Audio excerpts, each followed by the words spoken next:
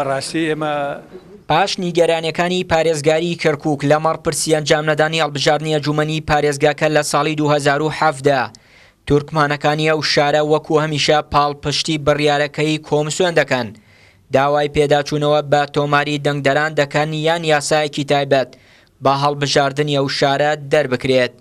نەجات حوسێن ئەندامی تورکمان لە ئەنجومەنی پارێزگای کەرکووک دەڵێت تورکمانەکان بە مەرجێک پاڵپشتی هەڵبژاردن دەکەن لە کەرکووک، پێداچوونەوە بە تۆماری دەنگدەران بکرێت یان یاسایەکی تایبەت بە شارەکە دەربکرێت، ئەگەرنا بەوتەی خۆی لەگەڵ هەڵبژاردن نابن. بۆ لە کەرکووک لە 2009 نەبوو انتخابات بۆ ئەو کاتە وتیان نفوسی کەرکووک زیادەیەکی طبیعی نییە لە کەرکووک 855,000 2003 ئێستا تقریبا 1,5 ملیۆن. ئەم زیادەیە لە 180 ئەمە طبعا ئەم زیادەیە میزانی سیاسی و ئیداری ئەیگۆری لە کەرکووک. ئێستا سوال مفروض ببێ نەبۆ انتخابات نابێ لە کەرکووک، بۆ تدقیق سجلات الناخبین نەبوو کە سجلات الناخبین ئەبێ ئەگەر تورکمان لە دەرەوەی کەرکووک هاتووە، عرب لە دەرەوەی کەرکووک هاتووە، کورد لە دەرەوەی کەرکووک هاتووە، ئەوانە بەیانی ئێمە کەرکووکیەکان ئەقلیە ئەبن لە کەرکووک. با بزانن کێ کەرکووکیە ئینجا ئەڕۆین بۆ انتخابات بە قانونی عام.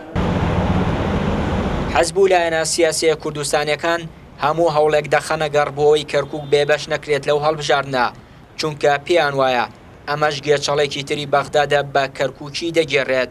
ئەندامێکی لیستی برایەتی لە ئەنجومەنی پارێزگای کەرکووک وتی بۆ چوونی تورکمانەکان خزمەت بە شارەکە ناکات بۆی بتوانن ئەنجومەنێکی نوێ لە کەرکووک دروست بکەن. کۆمەڵی ئیسلامی لەگەڵ ئەنجامدانی هەڵبژاردنە و دەڵێت بە ئەنجام نەدانی هەڵبژاردنێکی نوێ بۆ کەرکووک ئەوە شارەکە دەسەڵاتەکانی کۆتوبەند دەکرێت و دەسەڵاتی بڕیاردانی نابێت. بەداخەوە کەرکووک و ڕۆڵەکانی کەرکووک ئەمە 3 دەورەیە مەحرومەکرێت لە حەقی دیموکراسی خۆیان بۆ دەنگدان، جیلێکی نوێ خوێنێکی نوێ بێت بۆ ئەندامانی ئەنجومەنی پارێزگای کەرکووک و ئەوەشە هۆکارێکە کە ئێمە ناڕێکی ناتەبان خەڵکانێک بە جێگای داخە کە ئەزانن دەنگ نایێنن و کێشە و مشکلش بۆ کورد دروستەکەن لەگەڵ هەڵبژاردنانین ئەوە 23 مادەیەکی دەستوری نیە لە خۆیانەوە مادەیان داناوە.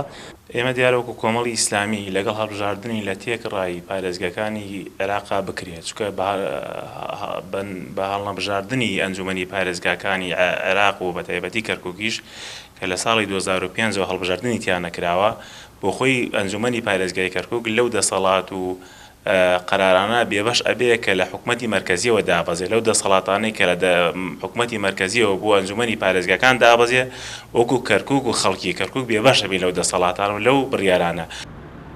بە بڕیارێکی تازەی کۆمسیۆنی باڵای سەربەخۆی هەڵبژاردنەکانی عێراق بڕیاری داوە جگەل لە شاری کەرکووک و مووسڵ هەڵبژاردننی ئەنجومەنی پارێزگاکانی عێراق لە ساڵی 2017 ئەنجام بدرێت. بەم پێیەش کەرکووک بۆ 3 خولە بە بیانووی جۆراوجۆر لە هەڵبژاردننی ئەنجومەنی پارێزگاکان بێبەش دەکرێت. چیانووری کەناڵی ئاسمانی پەیام، کەرکووک.